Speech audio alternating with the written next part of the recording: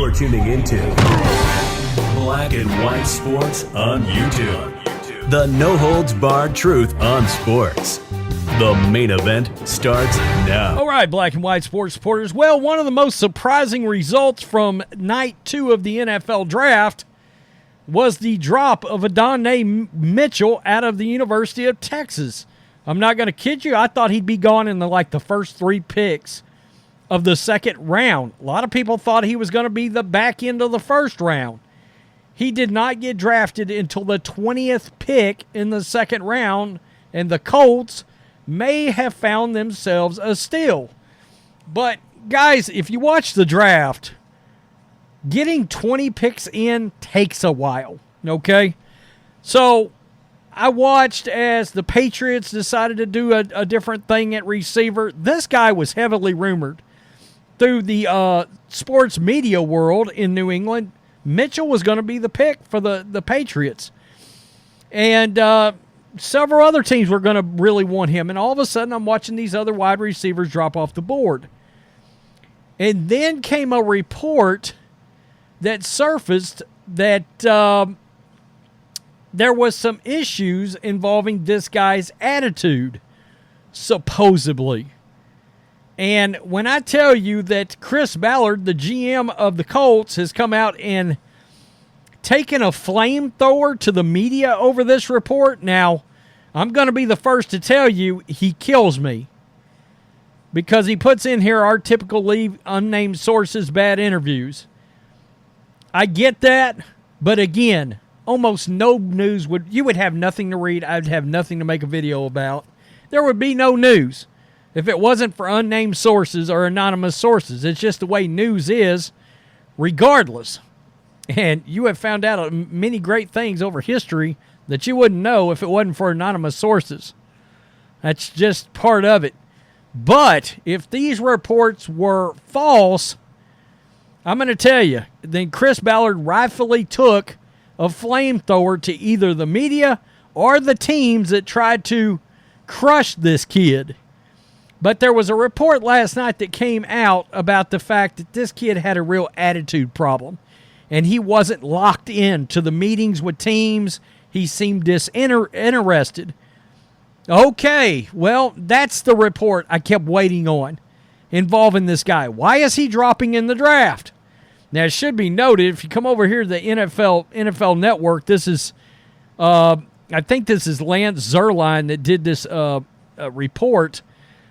This guy is a beast, okay? He's an absolute beast. Look at this. He ran a 4.34 at the combine.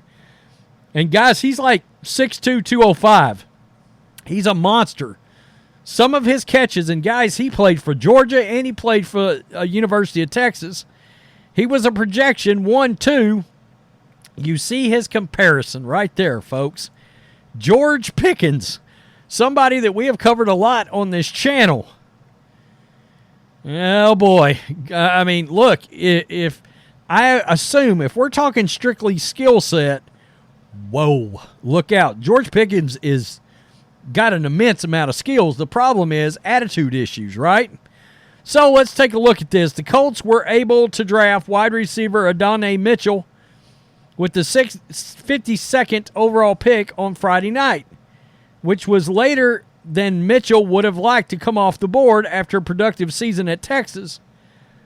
One of the reasons why 10 receivers may have been taken before Mitchell was a release of negative reports about Mitchell's preparation and attitude that were attributed to anonymous scouts as part of the annual pre-draft flood of information.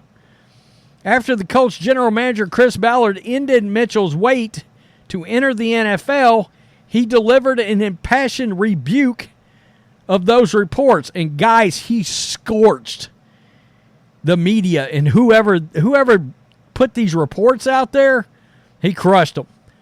Quote, I read some of the bullshit that was said, Chris Ballard said, via Stephen Holder of ESPN.com. Excuse my language. Our typical league, unnamed sources, bad interviews, that's such bullshit. I mean, it is fucking is. It's bullshit. Put your name on it. I'm tired of it. We tear these young men down. These are 21, 22-year-old young men, and Can people out there tell me they're perfect in their lives? Question mark. It's crazy. It's crap. This is a good kid. And for those reports to come out, it's bullshit. Ballard conceded that, quote, a little adversity or little humbleness might be a good thing for Mitchell and other players because of how much they get built up through NIL and other things at the collegiate level, but expressed confidence that Mitchell would respond well to those things as a pro. NIL is going to make things incredibly tougher on NFL teams because, A, you don't have kids that are super hungry to make all that money because a lot of them are going to come in and they've already made $1 million. The other thing is it's going to allow them to stay in longer as well. All right, and be a little pickier and a little choosier on what they decide about their draft status. So that's going to be interesting. Now, for quarterbacks, if they decide to stay in longer, which I think would be a good thing, you might get better quarterbacks out of college if they stay in longer. So, Mitchell has made some comments about his draft status. This is Fox 59. Mitchell was the 52nd overall pick after the Colts traded back from 46 with Carolina. They accumulated a pair of fifth-round picks, number 142 and 155, to add another weapon to Coach Shane Steichen's offense. Mitchell was the 11th receiver to come off the board, including the 4th in round 2. And clearly he was keeping track. Quote, right now, the only thing I'm feeling is I'm just kind of pissed. Then use it as motivation, kid.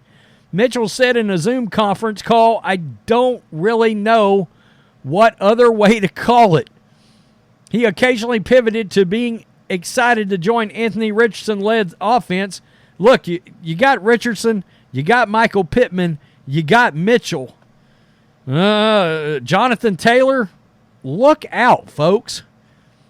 I mean, the Colts have got something that they could end up having something really going on offense. Quote, he's just a freak athlete, extremely talented, a very high ceiling. And being excited to being, quote, the best teammate I can be, the best player I can be for the team. But his frustration with having to wait until the middle of the second round before getting a call from the Colts always returned. You believe you have to have been selected sooner, question mark. Quote, no, it's just the way things go. At the end of the day, people were chosen before me. That's just the reality of it. And my job now is to make them pay and bring the best version of me every day to the Colts. Do you think you might have been taken in the first round? Honestly, it's all past me now. I'm looking forward and I'm ready to work. Hey, that's all you can ask at this point for this guy. But it's rather interesting because, Ballard comes out and he slams the media. And look, anytime the media gets slammed, I love it. But I will say this.